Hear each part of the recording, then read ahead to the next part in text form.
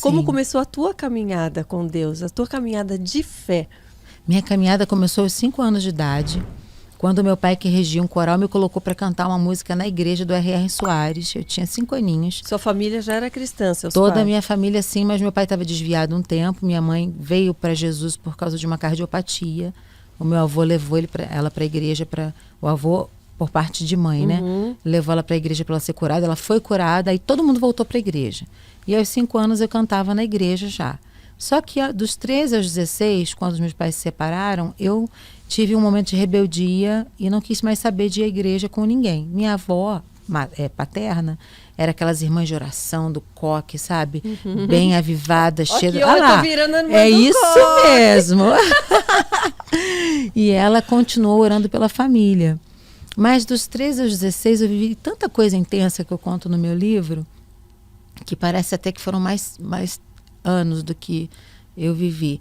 Eu fui para música secular, fui ser atriz, fiz teatro lá no Teatro Barra Shopping. E não frequentava a igreja nessa Não ia época mais. Não ia mais. E a vida não ficou legal para mim. A depressão me pegou nessa época, muito álcool, vontade de morrer. Eu tentei algumas vezes algumas besteiras, né? Fui parar no hospital com coma alcoólico. Então, assim, essa fase dos 13 aos 16 anos, quando Jesus me salvou, foi uma fase bad. Foi uma bad daquelas de morrer mesmo. Jesus me salvou várias vezes nesse período. Você morava com seus pais nessa época? Eu morava com todo mundo. Eu morava na minha mochila. E olha só que interessante, porque essa Karina. é uma fase que eu acho que a grande maioria dos adolescentes passa, né? Essa fase de rebeldia. Passa. Às vezes dentro da própria casa, com causa, convivendo sem com causa. os pais. Exatamente. Então, e como foi esse período e como você saiu dessa fase, né? Pois é. Eu morava na minha mochila. Eu vivia na casa da minha avó, na casa da minha tia, na casa dos amigos, o tempo todo. Eu nem sabia que eu estava sendo preparada para ser missionária. Porque hoje eu vivo na minha mochila, na minha mala de novo, né, para todos os lugares. Sim. Mas o momento em que eu me converti é um ponto muito forte na minha vida até hoje, porque eu estava muito no mundo, estava completamente deprimida, acabada, e eu fiz uma oração, porque parecia até que em Deus eu não acreditava mais. Eu estava tão gelada, tão magoada, sabe? Por tudo, relacionamentos errados, pessoas que tinham um perfil abusivo emocionalmente falando. Então eu fiz uma oração: Senhor, se o Senhor é aquele mesmo Deus que eu servi com 5 anos de idade, que eu fui batizada com o Espírito Santo e falei em línguas, fala comigo. Você foi batizada com 5 anos também? Com línguas estranhas, foi algo forte. Com a minha avó, desde muito menina, eu vivia o poder do Espírito Santo, cura divina nas casas, sabe? As pessoas eram trazidas assim, doentes, a minha avó dispensava o carro, pode ir embora o carro, deixa a pessoa, e a pessoa levantava e era curada. O que fez você se afastar, antes da gente voltar no que você falou, se você já tinha essa vida, né, essa experiência tão forte, o que fez aos 13 você mudar de rumo? Assim, O divórcio dos meus pais. Meus pais eram muito firmes na igreja, era um casal muito perfeito para mim. Eu tinha uma idolatria por aquele relacionamento perfeito.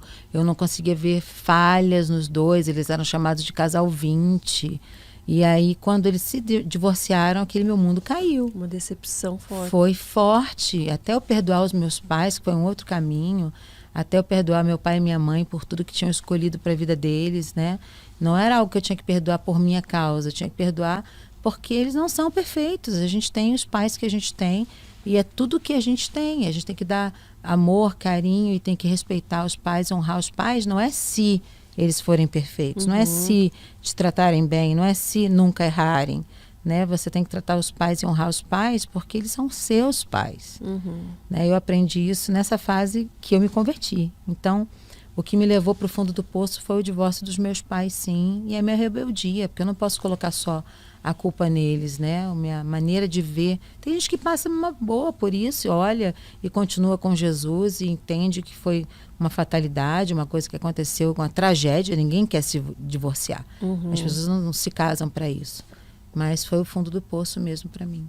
E daí, para você ser resgatada dessa Uau, foi lindo, Karina, foi lindo que eu vivi, porque eu pedi ao Senhor, fala comigo, aparece na televisão. Na televisão? Você queria? Eu queria. E as coisas começaram a acontecer comigo. Eu pegava o ônibus, o motorista falava assim, menina, volta para a igreja. Aí eu, vocês estão me perseguindo, não é possível. Esse motorista não sabe quem sou eu. Às vezes me chamava pelo nome. Fernanda, volta para a igreja. Eu parava na barraquinha de cachorro-quente, a moça do cachorro-quente falava para mim, você não foi feita para cantar no mundo, você é da igreja.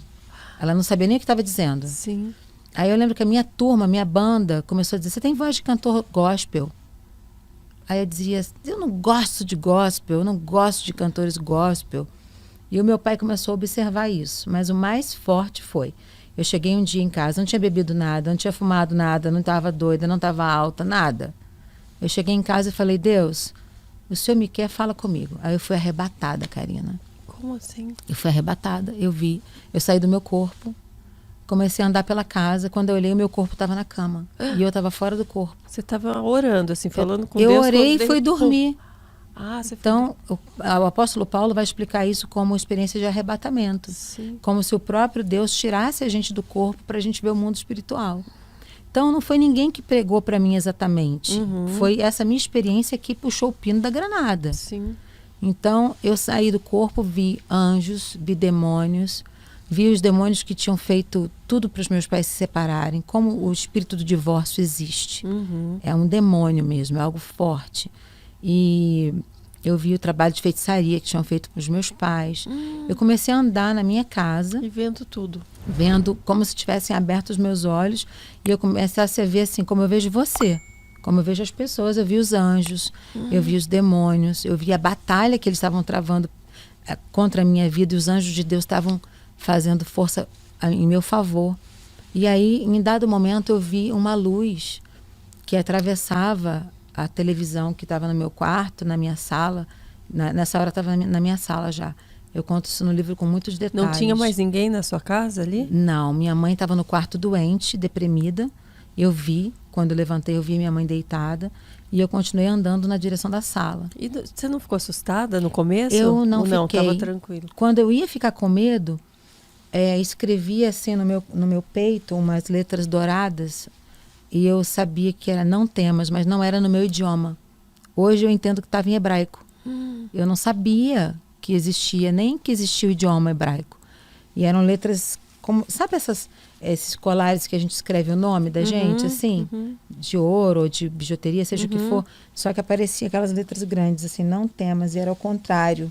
Só que eu conseguia ler no meu espírito. Gente. Não temas. E aí eu cheguei na sala, como boa filha de crente, quando eu vi um trabalho de feitiçaria feito contra os meus pais, eu fui jogar fora. Fui meter a mão para jogar fora. Naquela hora, os demônios começaram a rir de mim, porque eu não tinha autoridade para jogar aquilo fora. Os demônios começaram a rir de mim e eu fiquei chateada com aquilo, né? Falei, não pode, eu conheço o nome de Jesus. Eu conhecia o nome de Jesus. Eu não conhecia o Jesus poderoso que podia me salvar e que podia tirar os demônios dali. Sim. Eu não tinha base legal, né? A minha vida não condizia com aquilo que eu cria, com o que eu pregava. Sim. E às vezes até eu comunicava a algum amigo. Você dava legalidade para eles Para estarem eles ali fazerem, trabalhando. Exatamente. Então, eu não tinha nenhuma autoridade espiritual para aquilo. Quando eu vi que eu não ia sair daquilo, Karina, eu clamei no meu espírito, dentro de mim, eu falei, o sangue de Jesus tem poder, Senhor, me socorre. Quando eu clamei, a porta da minha sala se abriu e parecia maior, e um anjo enorme apareceu na porta. Ele tinha cabelos para trás, assim como se ele tivesse um coque samurai, vamos dizer, cabelos brancos como prata, assim, prateados mesmo, brilhava. Eu conto para você como se estivesse vendo agora. E uma roupa branca muito grande. Ele entrou, não falou comigo, não falou assim diz o Senhor, não apontou para mim, não fez nada. Ele entrou, jogou fora o trabalho de feitiçaria e tudo que tinha cor foi ficando em glória, foi ficando branco, branco, branco, branco. Nenhuma cor resistia àquela glória que ia entrando na frente do anjo. Ali eu tive certeza que Deus estava falando comigo.